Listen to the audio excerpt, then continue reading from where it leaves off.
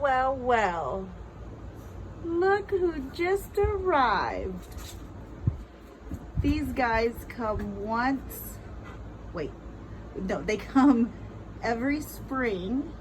They arrive 2 days before February ends. One year they got here around March 1st, but they're here and then they'll leave in August. But we'll be seeing plenty little babies popping out.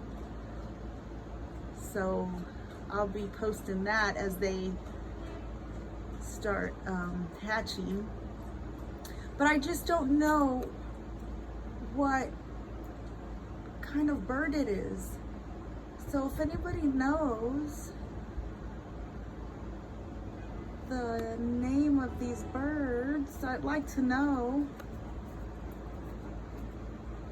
I've looked them up, but I just can never find this particular bird. But yeah, they come in, they'll hang out for a few months, and then they take off and leave all their little poo-poos on my porch. Huh? So cute. Nothing like cockatoo madness. Cockatoos he has over where he's at, but we got these little guys.